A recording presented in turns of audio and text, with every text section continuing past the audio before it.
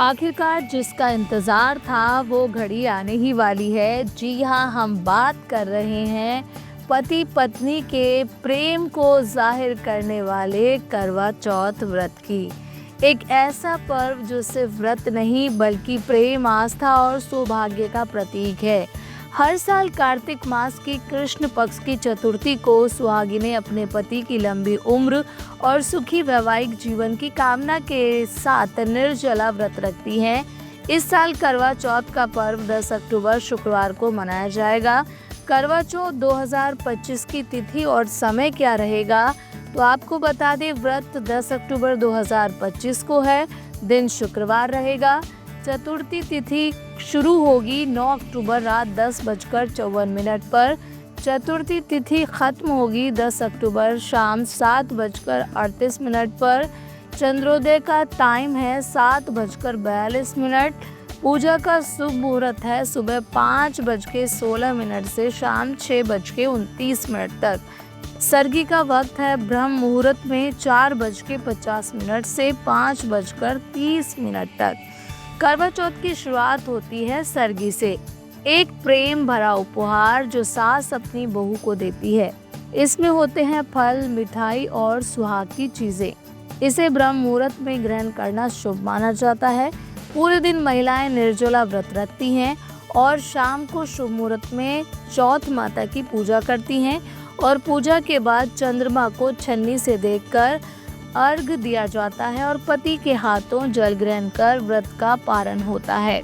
पूजा सामग्री में फूल, चुनरी, दीपक, अगरबत्ती, कच्चा दूध, दही, घी, मिठाई, सिंदूर, मेहंदी, चूड़ी, बिंदी, पूजन थाली, अक्षत, पीली मिट्टी। इस दिन कुछ नियमों का पालन करना बेहद जरूरी है, जैसे काले या सफेद कपड़े ना पहने, नुकीली चीजों का प्रयोग ना करें और व्रत के दौरान शांत और विनम्र रहें।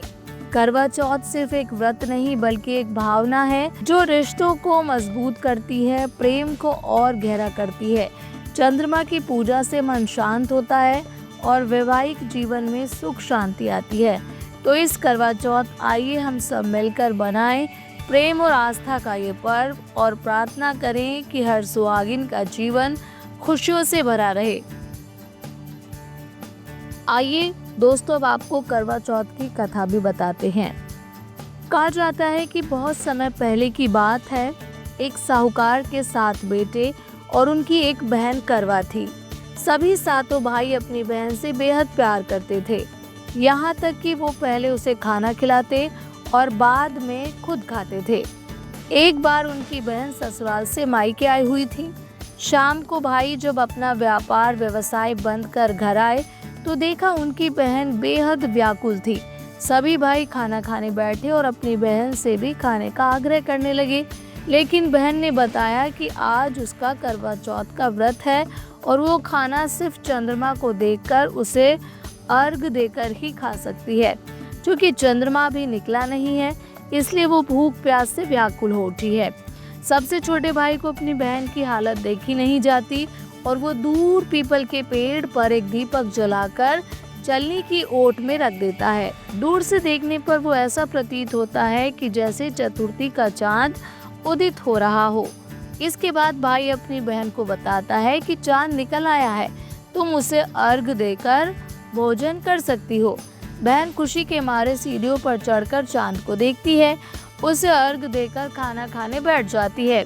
वो पहला टुकड़ा मुंह में डालती है तो उसे छींक आ जाती है, दूसरा टुकड़ा डालती है तो उसमें बाल निकल आता है और जैसे ही तीसरा टुकड़ा मुंह में डालने की कोशिश करती है तो उसके पति की मृत्यु का समाचार उसे मिलता है। वो बौखला जाती है। उसकी भाभी उसे सच्चाई से अवगत कराती हैं कि उसके साथ ऐसा क्यों हुआ।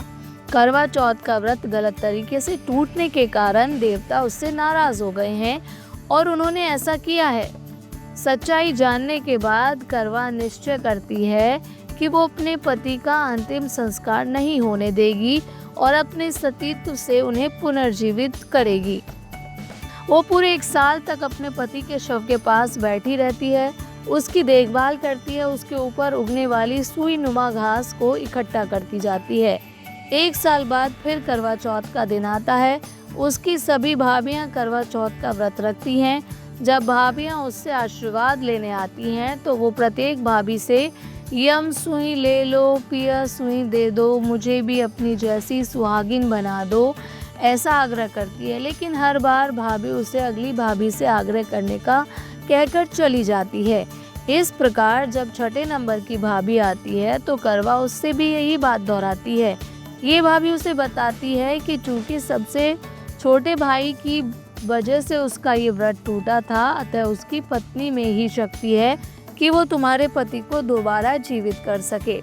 इसलिए अब की बार जब वो आए तो तुम उसके पैर पकड़ लेना और जब तक वो तुम्हारे पति को जिंदा ना कर दे उसे नहीं छोड़ना। ऐसा कहकर वो वहाँ से चली जाती है। सबसे अंत में छोटी भाभी आती है। करवा उससे भी सुहागिन बनने का आग्रह कराती है, लेकिन वो टाल मटोल करने लगती है। इसे देखकर करवा उन्हें जोर से पकड़ लेती है और अपने सुहाग को जिंदा करने के लिए कहती है। भाभी उससे छुड़ाने के लिए नोचती है, खसोटती है, लेकिन करवा नहीं छोड़ती है। अंत में उसकी तपस्या को देखकर भाभी का दिल पसीज जाता है और अपनी छोटी अंगुली को चीर कर उसमें से अमृत उसके पति के मुंह में डाल देती है। करवा का पति तुरंत श्री गणेश कहता हुआ उठ बैठता है। इस प्रकार प्रभु कृपा से उसकी छोटी भाभी के माध्यम से करवा को अपना सुहाग वापस मिल जाता है। हे श्री गणेश माँ गौरी, जिस प्रकार करवा को चिर सुहाग का वरदान आपसे मिला, वैसा ही सब सुहागिनों को मिले। तो उम्मीद करते हैं आपको हमारी ये वीडियो पसंद आई होगी। पसंद आए तो इसे लाइक करें, शेयर करें और चैनल पर नए हैं तो सब्सक्राइब भी करें।